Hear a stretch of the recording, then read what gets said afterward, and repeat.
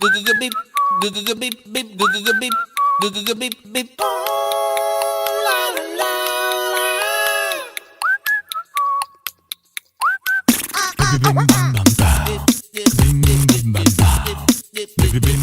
Hi, and welcome again to PBL Secret Sauce.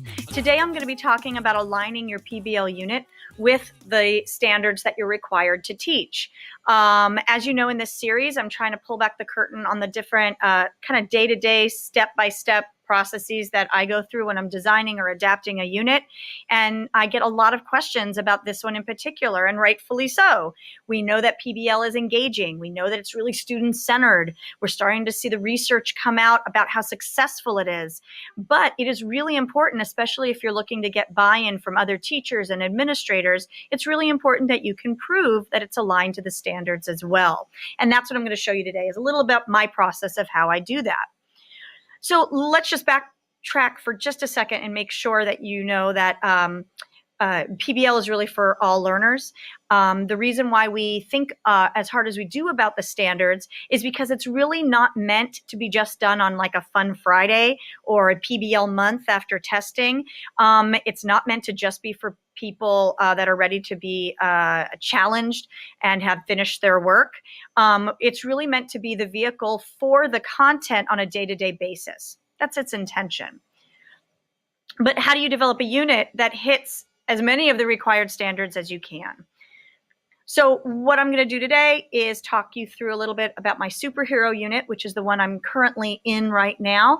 I'm a language arts teacher, so I'm going to be hitting a lot of reading and writing and listening and speaking standards. But regardless of what you teach, you know that literacy is going to play a large part in what you're doing. Writing arguments is going to play a large part in what you're doing. Listening and speaking as well are going to play a large part in what you're doing. So look beyond just your single content area and look at the other standards that you're hitting as well, would be one piece of advice I can give. So the two ways that I typically design a unit when I think about standards are these. One, I look at the standards first and I design around key content points. Or a teacher might come to me and say, hey, I'm really bored by my weather unit. What can I be doing to hit this standard, and this standard? And we might design something around that goal. I tend to like to design the unit that's going to be engaging for me and that's going to be engaging for my students. And then I back plan and look at my standards and start checking off the list of those that are hit, thinking about the activities, the formative assessments, the summative assessments, etc. So it might look something like this. So here's my college and career readiness anchor standards for reading. And I can see already that based on where I have gone and where I'm going with my current unit, I'm hitting a number of them. Notice I'm not hitting all of them. But remember that this college and career readiness standards are supposed to reflect the entire year. My unit right now in, what month is this? October, is hitting all of this already. And then we'll spiral at some point later on in the year. Now, if I look a little closer and I look at my reading standards, I'm hitting a lot because this is a research-based unit.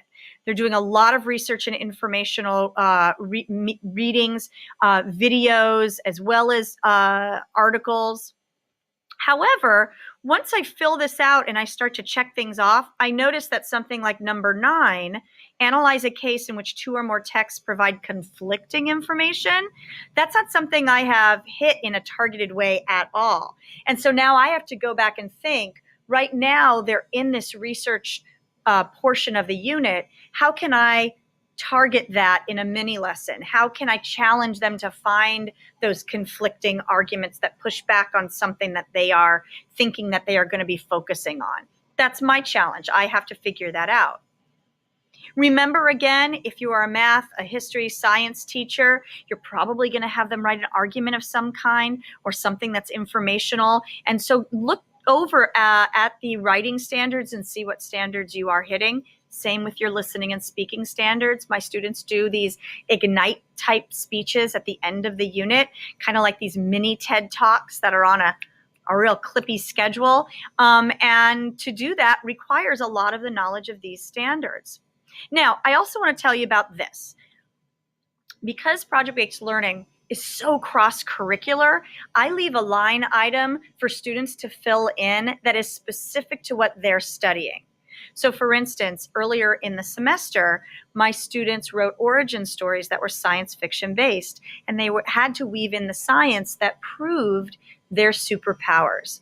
Crystal, who had the ability to change mass at will, she did some research in the standards that her origin story covered, and she realized that when she went through the next gen science standards, she had hit on matter and its interactions, and because of her origin story, also hit on Earth's place in the universe.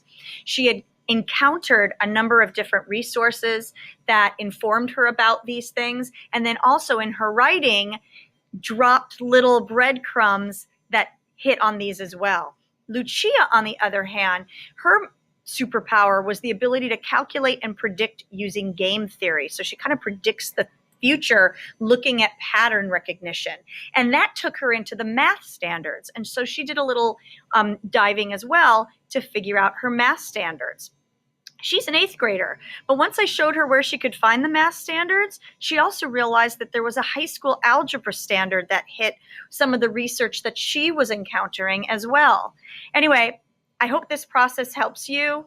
The 2 I would suggest, ready? Design around a particular standard that you know you need to hit, or 2, back plan based on the unit that you would love to design. Take care and hope this helps you out. Bye-bye. Bim bam bam.